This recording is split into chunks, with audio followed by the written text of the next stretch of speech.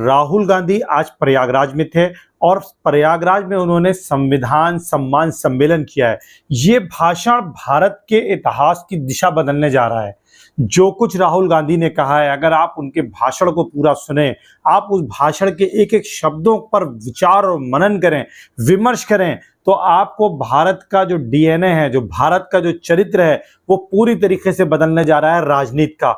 और इस चीज को आप इस वीडियो के माध्यम से मैं वो सारे जो इंपॉर्टेंट पॉइंट्स उन्होंने बोले हैं उनको एक एक आपके साथ राहुल गांधी के शब्दों में भी लेके आऊंगा और उसके क्या मायने हो सकते हैं, देश की राजनीति में उसका क्या असर हो सकता है, उसको भी इसमें डिकोड करेंगे और समझने की कोशिश करेंगे कि देश की राजनीति किस दिशा में जा रही है। आज की अगर भाषण की बात की जाए तो उन्होंने जो बात शुरुआत करी वो ये कहा कि भारत में हुनरमंद लोगों की कमी नहीं है, स्किल्ड लोगों की कमी नहीं है, मगर उनकी स्किल को पहचाना नहीं जाता है। और ये जो स्किल्ड वाले लोग हैं वो 90% हैं और उनका कोई इस्तेमाल नहीं हो रहा है। भारत कैसे सुपर पावर बन सकता है, एक सवाल उनका ये था। फिर उन्होंने कहा कि अगर भारत को एक इंजन के तौर पर लिया जाए तो, और एक ऐसा इंजन जिसमें 10 सिलेंडर हो, तो एक 10 सिलेंडर वाले इंजन में सिर्फ एक सिलेंडर पर भारत चल रहा है और 9 सिलेंडर बंद हैं, यानी 90% उनका कहना था कि उसकी कोई भागीदारी नहीं है और सिर्फ 10% लोगों की भागीदारी है। और फिर वो चाहे मीडिया हो, फिर वो इंस्टीट्यूशंस हो, कॉन्स्टिट्यूशनल इंस्टीट्यूशंस हो, राजनीति हो, मीडिया हो, अब कॉरपोरेट हो, हर जगह की उन्होंने बात करी। हम वो सारे आपको पॉइंट्स सुनाएंगे, सारी चीजों को देखेंगे, लेकिन लब्बो लुबाब पहले 2 मिनट समझ लिए कि उन्होंने क्या कहा है। उन्होंने कहा कि 90% की बात करना, जैसा कि मीडिया में चलाया जाता है, जैसा कि हमारे अपोनेंट्स बोलते हैं कि ये देश को बांटने वाली बात है, ये देश को बांटने वाली बात नहीं है, बल्कि ये देश को जोड़ने वाली बात है, देश को मजबूत बनाने वाली बात है। उन्होंने कहा कि कॉन्स्टिट्यूशन को मजबूत करना है तो कास्ट सेंसस को हमें लेकर के आना होगा, यानी कास्ट सेंसस से संविधान की मजबूती जुड़ी है, वो ये कह रहे हैं। यानी उन्होंने कहा कि संविधान ने नो डाउट लोगों को मजबूत किया है, लोगों का एम्पावरमेंट किया है, लेकिन अगर हमें इस संविधान को बचाना है, अगर इस देश को बचाना है, तो हमें 90% लोगों को मजबूत करना होगा। और उस मजबूती के लिए हमें क्या करना होगा? जातीय जनगणना करनी होगी। और जातीय जनगणना तो सिर्फ एक डाटा है, बहुत इंपॉर्टेंट बात कह रहे हैं।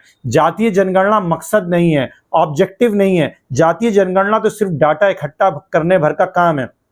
इसके बाद उन्होंने कहा कि मैं ओबीसी, एसटी, एससी की बात ही नहीं कर रहा हूं, मैं तो ये जानना चाहता हूं कि देश में किस समाज के कितने लोग हैं, किसकी कितनी जनसंख्या है, दलितों में कितनी किसकी जातियां हैं, ओबीसी में कौन किस जाति का है। इसी तरीके से देश की हर जाति का एक जनगणना होनी चाहिए और वो डाटा आ जाना चाहिए। फिर उस डाटे को हम पॉलिसी से जोड़ेंगे कि कैसे पॉलिसी फ्रेमवर्क किया जाए, कैसे इन लोगों की भागीदारी को बढ़ाया जाए, कहां बढ़ाया जाए, मीडिया में बढ़ाया जाए। और बहुत ही वो एक हंसमुख अंदाज में बोल रहे थे कि अगर मिस इंडिया की बात की जाए तो कितनी मिस इंडिया ओबीसी क्लास से आई हैं, एससी से आई हैं, एसटी से आई हैं। मीडिया के अगर एंकर की बात की जाए तो उसमें कितने आदिवासी हैं, कितने दलित हैं, कितने ओबीसी हैं। कॉर्पोरेट की बात की जाए तो कितने corporate OBC, ST, SC classes से आते हैं। वो सारे वो सवाल उठा रहे थे और उन्होंने कहा कि ये बात करना देश तोड़ना नहीं है, जातीय जनगणना सिर्फ मेरा मकसद नहीं है। और लोग मुझे राजनीति में फायदा हो या ना फायदा हो, मुझे याद रखा जाए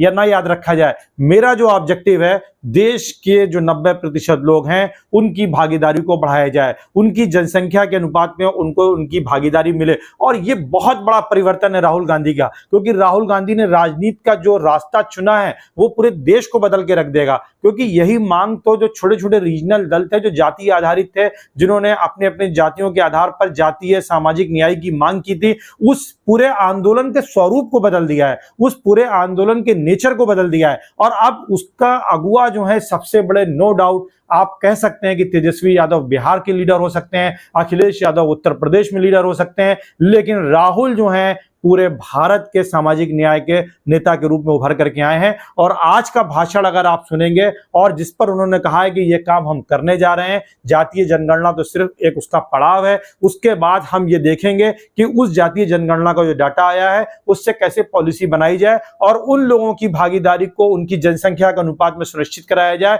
जिसकी जितनी जनसंख्या है उसको उसकी भागीदारी मिले। तो ये बहुत बड़ी बात है और इसके लिए उन्होंने कहा कि ये संविधान को मजबूत करने का काम है, ये देश को बांटने का काम नहीं है, बल्कि ये देश को मजबूत करने का काम है। और फिर उन्होंने कहा कि भागीदारी से जो संविधान होगा वो बचेगा, यानी जब हम भागीदारी देंगे तभी हम संविधान को बचा सकते हैं। संविधान को बचाने के लिए भागीदारी जरूरी है और भागीदारी को पहचानने के लिए जातीय जनगणना जरूरी है, और अगर हम जातीय जनगणना करेंगे तो संविधान को बचा पाएंगे। इसी तरह उन्होंने कहा कि हम एक और भी काम करेंगे, क्योंकि अगर भागीदारी देनी है तो जो 50% की कैप लगी है इसको हम तोड़ने जा रहे हैं, इसको हम नहीं रखेंगे। जिसकी जितनी जनसंख्या है, यानी पूरे देश में जहां जहां जिसकी जैसी जनसंख्या है, हर देश के हर जीवन के हर क्षेत्र में हम 50% की जो लिमिट बनी हुई है उसको तोड़ करके उस समाज की भागीदारी को उस जनसंख्या तक लेकर के आने की कोशिश करेंगे। तो ये एक बहुत बड़ी बात वो कह रहे हैं और इसका देश की राजनीति में बहुत बड़ा असर पड़ने जा रहा है।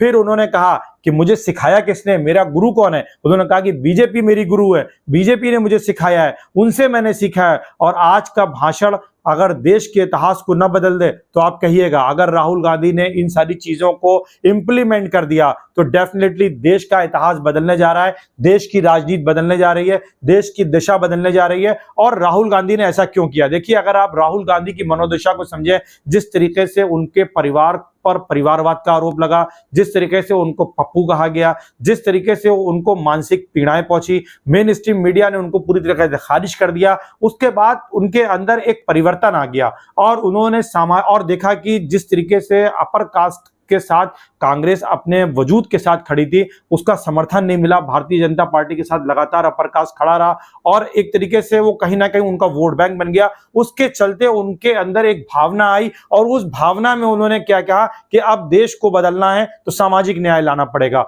और सामाजिक न्याय के साथ वो खड़े हो गए हैं। अब सामाजिक न्याय उनके जीवन का आखिरी मकसद रह गया है और अगर वो इस मकसद में कामयाब हो गए तो डेफिनेटली देश बदलने जा रहा है, इससे आप इंकार नहीं कर सकते। मैंने इसमें 8-10 जो उनके मेन पॉइंट हाईलाइट हैं उनको आपके लिए अरेंज किया है, आप पूरा वीडियो जरूर देखें। डेफिनेटली ये आपके माइंड को जो है हिला के रख देगा बिल्कुल कि कितना क्रिस्टल क्लियर उनका अप्रोच है जातीय जनगणना, भागीदारी, रिजर्वेशन के ऊपर, और वो किस तरीके से देश को बदलना चाहते हैं, किस तरीके से देश की 90% जनसंख्या को देश की मुख्य धारा में शामिल करके भारत को एक ताकतवर देश बनाना चाहते हैं। उनका सपना क्या है, उनका रोड मैप क्या है, आपको इस पूरे वीडियो में क्लियर हो जाए।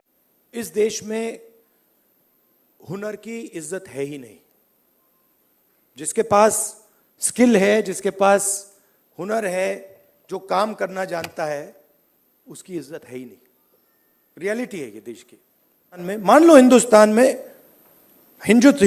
के इंजन में 10 सिलेंडर है, काम सिर्फ 1 सिलेंडर कर रहा है। मतलब 90% लोग बाहर बैठे हुए हैं और देख रहे हैं और उनकी सिस्टम में कोई भागीदारी नहीं। 1 सिलेंडर छोटा सा टक टक टक टक टक टक टक टक चल रहा है। कह रहे हैं भैया दुनिया में, और कहते हैं भैया सुपर पावर बन जाएगा। कैसे सुपर पावर बन जाएगा? 90% लोग सिस्टम के बाहर बैठे हुए हैं। जाति जनगणना हमारे लिए सिर्फ गिनती नहीं है, जाति जनगणना हमारे लिए पॉलिसी फ्रेमवर्क है। जाति जनगणना, social economic state census, institutional census हम कराएंगे, और 50% का जो बैरियर है जिसको हम एक्सेप्ट नहीं करते हैं, फ्रैंकली बोलूं तो इसको हम उड़ा के फेंक देंगे। ये 2 चीजें मैंने कही हैं। और मगर उसके बाद मैंने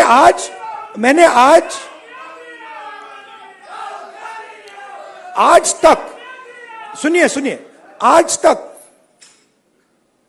उसके बाद हम क्या करेंगे मैंने नहीं बोला है, क्योंकि पहले मैं चाहता हूं कि हमारे सामने डेटा हो। आप वीडियो को देखने के बाद कमेंट जरूर करिएगा, लाइक जरूर करिएगा, शेयर जरूर करिएगा। Thank you so much.